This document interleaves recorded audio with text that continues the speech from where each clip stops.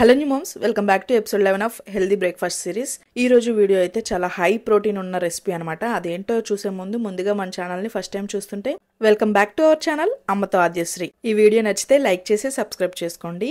ఇంకా లేట్ చేయకుండా రెసిపీకి ఏమేమి కావాలో చూసేద్దాము. నేను ఇక్కడైతే క్యారెట్ తురుము తీసుకున్నాను, అలాగే సన్నగా కట్ చేసుకున్న ఆనియన్ ముక్కలు. ఇదేంటంటే పన్నీర్ తురుము అనమాట. నేను ఆల్రెడీ షార్ట్ వీడియో చేశాను ఎలా హోమ్ మేడ్గా పన్నీర్ చేసుకోవాలి అని చెప్పేసి.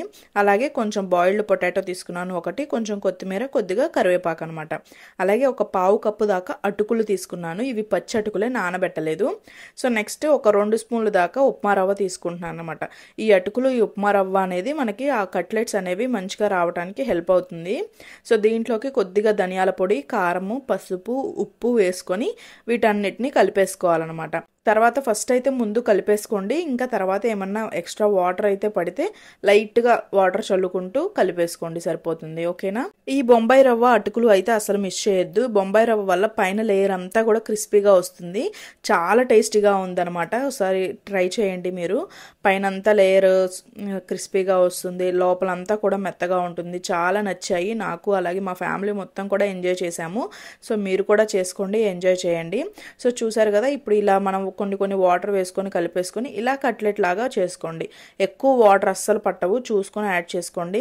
సో ఈ విధంగా కట్లెట్స్ లాగా చేసుకున్న తర్వాత నేను ఇంక ఇవన్నీ కూడా పెనం మీద వేసేసాను. ఒకేసారి అన్నీ పట్టాయి అనమాట.